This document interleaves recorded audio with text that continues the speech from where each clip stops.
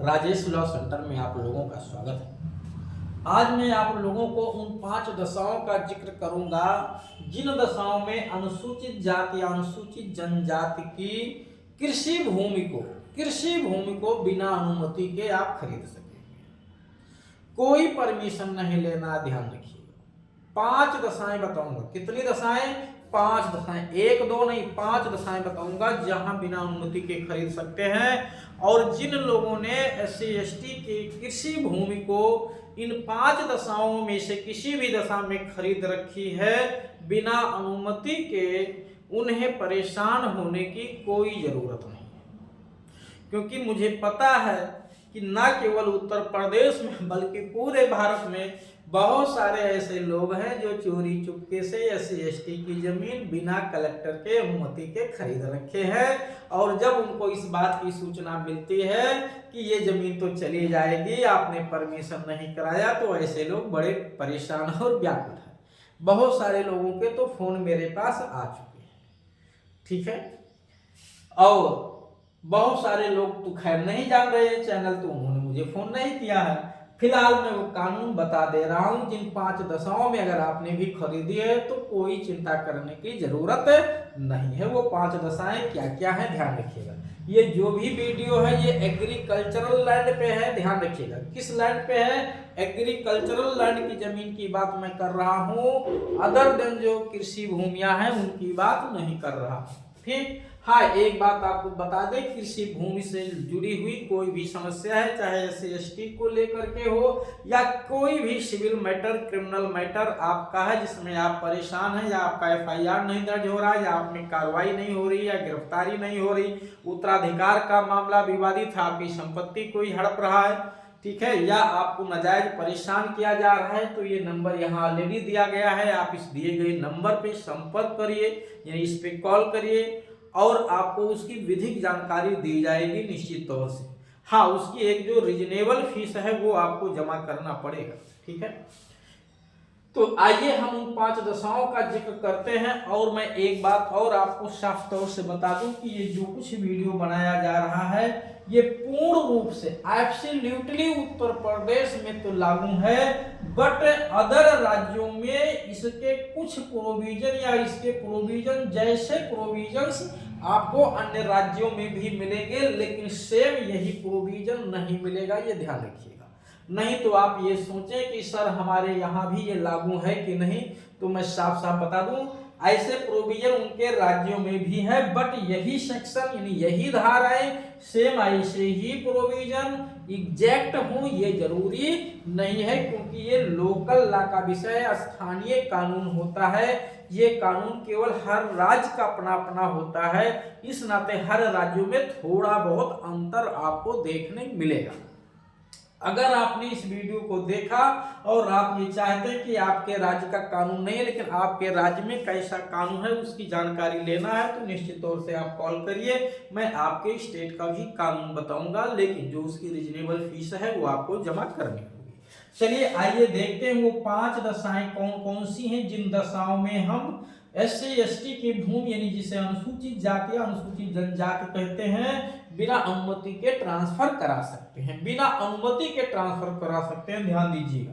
अब ये 5 दशाएं मैंने बताई। सबसे पहले इनकी जो कृषि भूमि है, अगर आपको इनकी कृषि भूमि को लेना है तो सब एक आसान तरीका है। जो पुरानी संहिता की धारा 143 हुआ करती थी, JD एंड LRA की यानी जमींदारी उन्मूलन एवं भूमि सुधार अधिनियम 1950 की धारा 143, उसकी जगह राजस्व संहिता की धारा 80 हो गई है।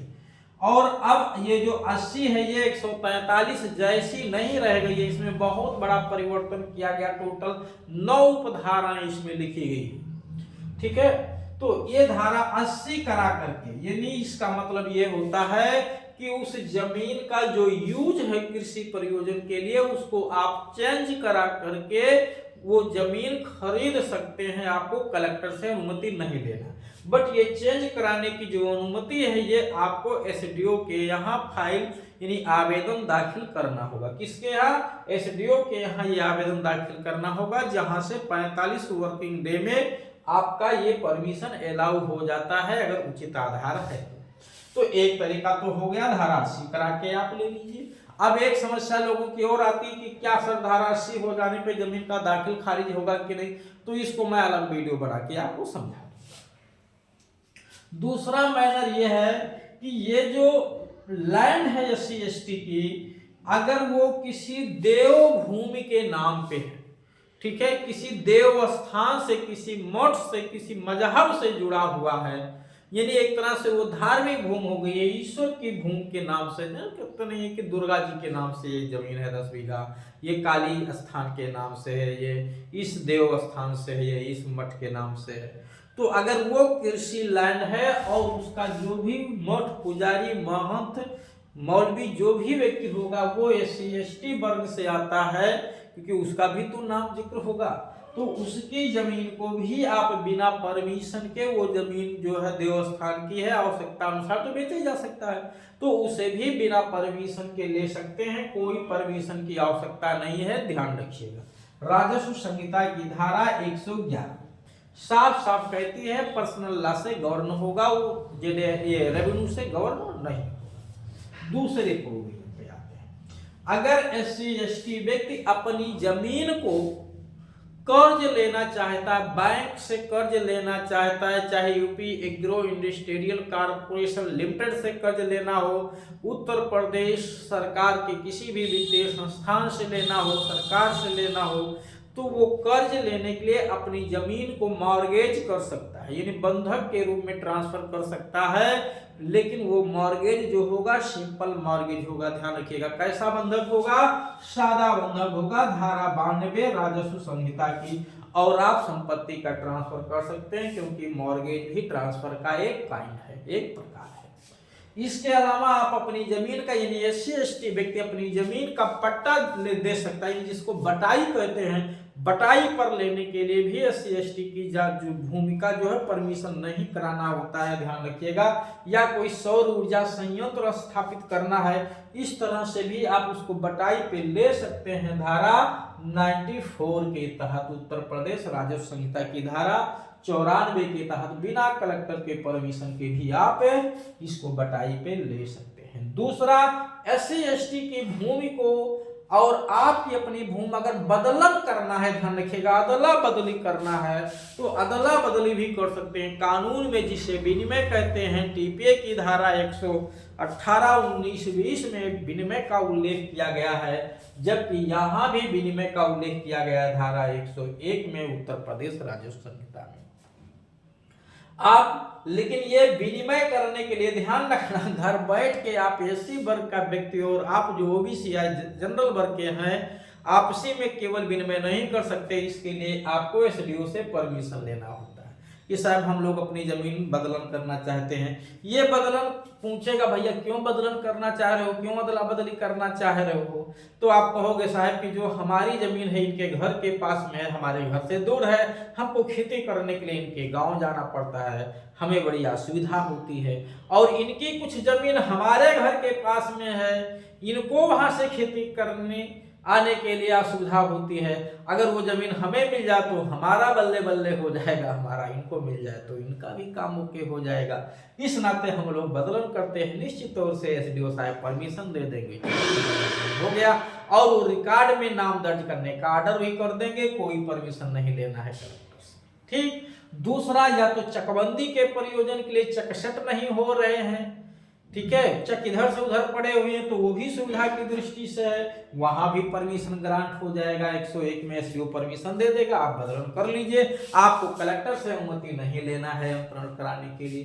तो मैंने ये जो 5 मैनर आपको बताए, इन 5 दशाओं में आपको कुछ भी नहीं कराना है। इसके अलावा भी आपको बता दें, अगर SC/ST व्यक्ति के खिलाफ सिविल कोर्ट ने कोई डिक्री पास कर दी है, या क्रिमिनल कोर्ट ने कोई ऑर्डर कर दिया है, और उस ऑर्डर में कोई जुर्माना वसूली है, या संपत्ति कोई दायित्व, यानी संपत्तिक दायित्व आ गया है और संपत्ति नहीं अदा कर रहे हैं, तो कोर्ट का ऑर्डर हो जाएगा इनकी जमीन को क्रोक किया जाए, इनकी जमीन को सेल किया जाए, इनकी जमीन को बंधक किया जाए, इनकी जमीन को पट्टे पे दिया जाए।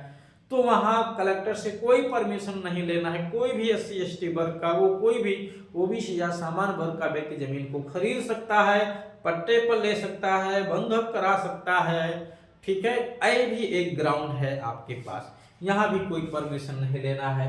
जिन लोगों ने इन दशाओं में किसी भी अनुसूचित जाति अनुसूचित जनजाति वर्ग के व्यक्ति की जमीन को ऐसे दशाओं में अपने पक्ष में अंतरण करा रखा है और उन्होंने कलेक्टर से कोई अनुमति नहीं ली है, उन्हें परेशान होने की कोई जरूरत नहीं। ठीक, इसके अलावा अब एक प्रश्न और आता है कि क्या सर हम SC ST की जमीन जो खेती की भूमि है डायरेक्ट खरीद सकते हैं कि नहीं, या कलेक्टर से कब का हमें परमिशन मिल जाए जब खरीद सकते हैं, तो उसके लिए कितनी दशाओं में कलेक्टर हमें अनुमति दे देगा, हमें क्या बताना होगा कलेक्टर को जा करके जिससे हमें परमिशन मिल जाए, वो मैं दूसरे वीडियो में ला करके आप लोगों को समझा दूंगा।